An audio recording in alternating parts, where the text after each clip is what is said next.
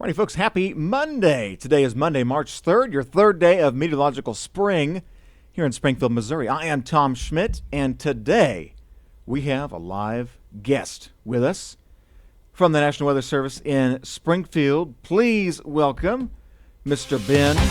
And now, breaking news from Ozarks First. All right. There we go. There he is. And Ben, welcome aboard. Yeah, glad to be here. Thank you for having me. You've been in Springfield now, you're saying, for about a year and a half. Mm-hmm. And you went to two OUs. Two of them.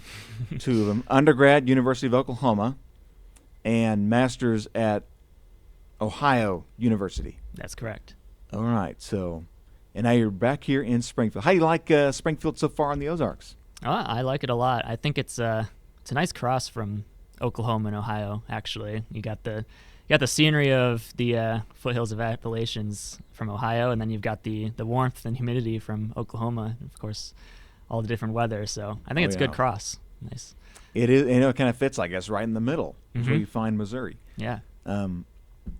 Good time. But this week is something kind of interesting. This is the kickoff for the Severe Weather Preparedness Week in Missouri and in Kansas. And so, it's kind of offhand. Do you know how long Missouri and Kansas have been doing this Preparedness Week for? I know it's been at least a couple of years. Yeah, it's definitely been at least a couple of years, and it's a week long. Every year. It's usually in the beginning of March because that's the beginning of meteorological spring, and so that means we start moving into severe weather season pretty soon after. Obviously, severe weather can happen any time of the year, but this is when our season starts ramping up. So we always start it around this time and have it going on for a week. So, okay, well, very good. And today to kick off our Monday and our Severe Weather Preparedness Week events, today is how to receive weather information. And there's a whole lot of ways you can do that. I mentioned a little bit about apps, broadcasts, the Weather Service. Your phone will just go off in alarm fashion if there is some kind of warning nearby. And then weather radios mentioned that as well. Does that kind of cover all the bases? I mean, there's a lot of ways today with technology how people can get information. Yeah. Maybe you should cover a couple of those. Yeah, there's a ton of ways. Obviously, number one for people nowadays is pretty much their phones. Your phone will go off, and in your apps they'll give you the warnings that we send out. But then there's also a bunch of different ways. We have our own social media. Then of course you can get them from TV and media like you guys. And then you can get it from weather.gov, our website as well. And then, of course, the weather radio is also pretty important, especially now that we're in this digital age. We're all relying on our phones. If something were to happen, power goes out or your phone dies when there's severe weather, that's something that you can always have a backup for, and it'll always be working even if power's out, phone's down, any of that stuff. So weather radio is pretty important too. Yeah, it is. And I've got one here. I'm going to let you hang on to this. The camera's right there. I've got this big mic in my way. So that's a good example of what these weather radios look like. And that's just kind of a standard one. And the Weather Service, you guys aren't affiliated with one particular radio. There's a couple companies that make them. Mm-hmm. But you can easily find them. Folks find them. You can go to hardware stores. It used to be, Radio Shack, but, a lot of those stores are going away now. But big box store, Walmart, they'd have them. I'm sure. And you guys, you got to program them a little bit. You and I were talking earlier, we've never had any problems with that ourselves, but every once in a while somebody's radio gets a little messed up, and we believe there's some information on the website, on your guys' site, that walks you through that. But overall, a good resource. Mm-hmm. It makes noise. Yeah. You will not sleep through it. You cannot sleep through it for sure. And cannot. Yep, you can program it to your county, and we've got some information on our website too for the weather radio that helps you out. If you're ever stuck with programming one or something, you can reference that. But making sure that it's set up for your county and city area is very important. So it is, and you guys are pretty helpful there at the Weather Service. I mean, I imagine you guys get calls often from folks just either wanting to talk about the weather, or maybe they have some problems or questions about an event coming up. And I mean, as far as I've been experienced myself with you guys, it's very open, very willing, and They'll help you out. Yep. If you need something. We're always happy to help. Always happy to help. Okay, and so something on this Severe Weather Preparedness Week we have today is receiving information, which the weather radio is one of those ways, as well as apps, your phone, television, the Weather Service, and all of their social media accounts. Tuesday's lightning safety. And Ben, do you want to touch on these just a little bit, each one, like just kind of a general overview of each day? Let's start with the lightning safety. What's important about that? Yeah, lightning, it can happen in any thunderstorm, not even just severe weather. So it's one of those, under the radar, pun intended, sort of preparedness that we're looking at, because it can strike at any moment, and it can even strike farther away from thunderstorms as well. So knowing what to do whenever there's thunder that roars, you want to go indoors. If you're outside usually it'll strike if you're outside, of course. So you want to go inside, and if you're in a car, you want to stay in the car. Those sort of things, and just make sure to be safe and prepared when there's lightning around, because it can strike anywhere when there's a thunderstorm around. It can. Good advice. Yeah, beware for lightning. If it's outside, you better be inside.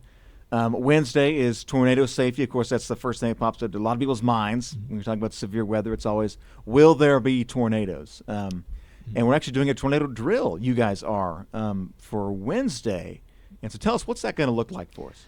Yeah, so at 11 a.m. on Wednesday, we're going to do the tornado drill, which will go out on the weather radios, and then the sirens as well will go off. And this is your moment to kind of practice and dust off your tornado drill safety plan. Make sure that you have all the considerations done, and practice that as well. Carry it out so that when in the event something does happen, you'll be prepared to do it and kind of have it second nature rather than having to think about each thing you have to do. So that's your time where you can kind of play along with the drill and make sure that you're prepared for if something were to happen in your area this severe weather season. And be prepared would mean something like know where you're going to go, have your safe spot kind of figured out where that's going to be. No windows, right? Underground's best. Yes. Those kinds of things. As many walls between you and the outside as you can. Closed-toed shoes, maybe a flashlight. Yep. A bottle of water, phone charger. Yep. Having a kit is important. A kit, yes, and maybe some first aid items as well mixed in there. All good to know. Okay, so tornado drill practice is going to be this Wednesday at 11 o'clock. Thursday, hail and wind. They are combined. Tell us about those. Yeah, so hail and wind are, in a lot of people's eyes, are the secondary severe weather threats. But, wind can do a lot of damage. It can, there's warnings that go out for up to, 60 to 80 mile per hour wind gusts, which can do quite a lot of damage, can take down trees, blow off shingles and stuff like that. So that's pretty important. Yeah. And then hail, of course, when it gets large enough and it's falling from the sky, it can do some damage to property and also yourself if you're out there in that. So making sure that you're also practicing safety whenever we're expecting severe wind or severe hail, that's important as well. So, a lot of it is mainly staying inside, but staying away from windows as well for the wind and hail, especially if they're combined. You got wind blowing around hail, that can be something to keep in mind. So just practicing that sort of safety. We'll have graphics that go out for that as well. So that's one thing to mention too with all of this severe weather preparedness. Each day we're going to have some graphics go out on our social media about each of these things. So if you are wondering about, well, what exactly is hail and wind safety, you can check us out on social media and kind of see those specific safety items that you can practice.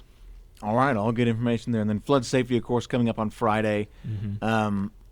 It's one of the more costly events we see. I always like to term it's the most kind of underestimated weather hazard, because people think flooding and then they don't realize just how fast waters rise. It can happen quickly. Yeah, we actually have a presentation that has a question on what's the most deadly form of weather, and everyone thinks it's tornadoes, but it actually is flooding. So it is one of the more underestimating, but it's the most costly to both property and lives as well. So it's definitely important to be practicing flood safety. All right, so like you're saying, it's time to kind of shake the dust off of your preparedness plans. And this week provides, believe it or not, ironically, our first opportunity to see maybe some storm impacts here in the Ozarks. Now, it starts this evening in Oklahoma, in Texas, and parts of southern Kansas. But those storms will kind of come together and move this way as we go into Tuesday. And just kind of get some thoughts from you guys at the Weather Service. You guys are the ones that put out a lot of this information, and what can you tell us about it? What are you guys thinking over there at NWS Springfield for Tuesday? Yeah, so right now it's going to be a lot of different types of weather. At the beginning, we're looking Tuesday morning to be more kind of heavy rain with some embedded thunderstorms, maybe some elevated thunderstorms that could put out some small hail and some gusty winds. But that would be in the Tuesday morning, mainly looking at widespread rainfall, heavy rainfall for your commute that morning. After that, we're looking at a break in the weather, and then there is a slight chance for some severe thunderstorms in the afternoon. That's what that marginal risk is for, that green shaded area. That's marginal risk, which is basically level 1 out of 5. So it's kind of your lowest risk, but it is a risk. So there is a chance for some isolated severe thunderstorms in the afternoon that could bring all hazards, mainly wind gusts and hail, but could not rule out a tornado or two, of course. I believe the Storm Prediction Center has a 2% chance for tornado in that marginal risk. Yes. And then after that clears out, then there's another break before some rain snow mix comes in late Tuesday night into Wednesday morning. Not expecting much to stick. It's been pretty warm lately, but you may see some snowflakes fly late Tuesday night into early Wednesday morning before the commute. So, all right, so kind of a busy day. A lot of rain to start your day Tuesday, and there'll be kind of that isolated severe risk is that when the center of the storm kind of passes through? Yeah. For the afternoon? Mm-hmm. Okay. Yep, it'll be right there with the center of that storm. Right, okay. And so you'll get a little bit more lift, and it could produce something there. We'll have to keep watching the afternoon hours as well. Again, a little bit of hail, a little bit of wind, low tornado risk, like you were saying, but nothing outbreak, nothing too crazy or wild. Mm-hmm. But just something to be aware of. So it's a good kind of test run as we go into this first spring storm season. And then the snow on the back, it's kind of funny. Every time we bring up snow, like as we go into springtime, I'm always reminded, well, we've had snow in May before here in Springfield, and we're not done yet. Winter isn't officially over either until March 20th, but even in April, we've seen snow around here. Oh, yeah. Yep. We could see some flakes flying. Oh, yeah. It's also going to get, another thing is it's going to be very windy Wednesday. That's something else that maybe we want to talk about too. Is we're looking at gusts that could be greater than 40 mile per hour Wednesday during the day. So be prepared for some gusty winds, and it's gonna be a little bit colder, maybe in the 40s. So yeah, it'll feel brisk. It'll feel brisk out there after some springtime weather. Yeah, it's been a nice spring, but some folks call this kind of the I say nice spring. It's not even spring yet. Kind of a fool spring is how we've been talking about it around here. Cold air's coming back right for Wednesday. Very windy, kind of a gloomy day. Little hiccup, little storm system coming for Tuesday morning. Be mindful though through the afternoon, and then plan for a lot of wind next 3 days.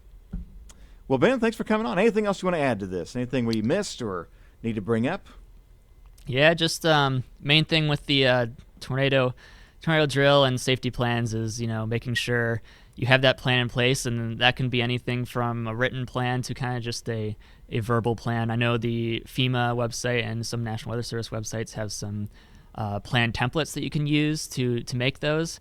Just kind of knowing, like, if you live alone, what you do, or if you live with a family, what is each family member going to do, and kind of think of those scenarios where maybe you're not all at home, maybe you're spread out. What do you do then? What happens if you're in a car or anything like that? So kind of figuring out those different scenarios in your safety plans, just kind of brushing those off and knowing exactly what you're going to do if something happens.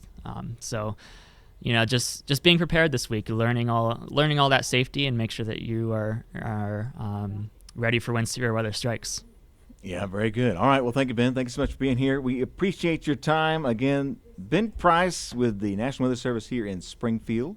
And this week, Severe Weather Preparedness Week. Get prepared. A little round of rumbles and thunder on your Tuesday already. A lot of wind after that. Then the weekend looks to open up a little bit. Well, Ben, we'll go ahead and end this live broadcast for us. And thanks for being here. Thank you, folks, for joining us here. You can watch this video also. It'll be on Facebook, and you can also catch it later on YouTube and on our website as well. So thanks for this episode of Science with Schmidt. Guest Ben Price. And we are now signing off on this Monday, March 3rd.